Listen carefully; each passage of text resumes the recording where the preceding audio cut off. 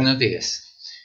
En Santiago capítulo 2, versículo 1 dice: Hermanos míos, que vuestra fe en nuestro glorioso Señor Jesucristo sea sin acepción de personas. A través de este capítulo vamos a estudiar este principio que aparece acá, el principio de no hacer acepción de personas. ¿Y a qué se refiere eso? Se refiere a esa actitud de tener favoritismo a una persona por diferentes razones.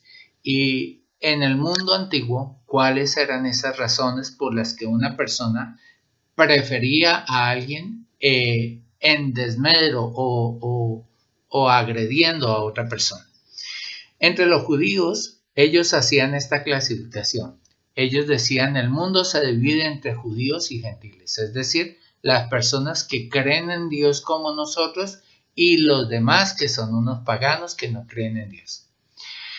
Entre las sociedades romanas también se clasificaban entre esclavos o libres, ¿sí? Es decir, las personas que tenían ciudadanía romana eran libres y los que no eran ciudadanos romanos y estaban sometidos al imperio romano eran esclavos. También el mundo clasificaba a las personas entre ricos y pobres.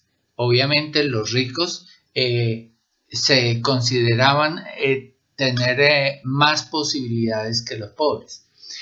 Los griegos hacían otro tipo de clasificación.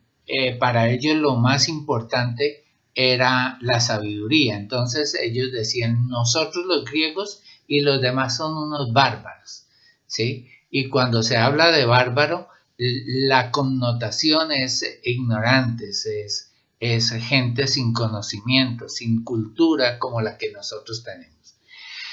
Parece que el mundo no hubiese cambiado. En Colombia también nosotros tenemos una forma de clasificar a las personas. Desde 1991, con el gobierno neoliberal de César Gaviria, se da inicio a un proceso de clasificar los sectores, el territorio. Y esa clasificación del territorio tenía como propósito subsidiar a las personas que no podían pagar los servicios públicos y, imponerle una sobretasa a los que tenían una buena capacidad económica. Y esa clasificación se hizo estratificando las viviendas. Entonces se comenzó por dividir las viviendas en 6 categorías, 6 estratos. Y entonces los estratos 1 al 3 recibían un subsidio. El estrato 4 se le cobraba solamente lo que costaba el servicio, agua, luz, el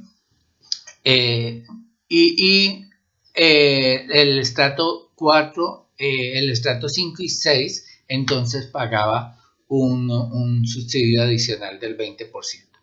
Inicialmente se decía que eso era para clasificar el territorio y las casas y buscar la equidad, la solidaridad. Sin embargo, con el tiempo, el asunto es que la gente comenzó a sentir que ellos son el estrato. Y entonces ahora la gente dice: yo soy de estrato 1, no dice mi casa es de estrato 1, o yo vivo en una casa de estrato 5 o estrato 6. No, dice: yo soy de estrato 5 o 6. Es decir, que la gente comenzó a clasificarse a sí misma por la posición de su casa, por las condiciones de su habitación. Y eso da a la gente una cosmovisión. Y precisamente en el estudio de este pasaje vamos a mirar algo acerca de eso. El pasaje dice: hermanos míos, Santiago se dirige a los que tienen fe en Jesucristo. Y dice que vuestra fe en nuestro glorioso Señor Jesucristo sea sin acepción de personas. Entonces el tema va a ser ese, pero ¿cuál va a ser el contraste que se va a establecer?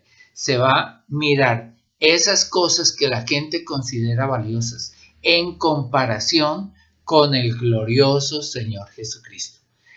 Jesucristo está siendo comparado con lo que en el Antiguo Testamento se llama la Shekinah, es decir, la presencia gloriosa de Dios. Y Jesucristo está siendo tratado como el Dios glorioso, el Dios todopoderoso, frente a lo cual todo lo demás palidece. Y vamos entonces a estudiar este tema. Dios les bendiga, feliz día.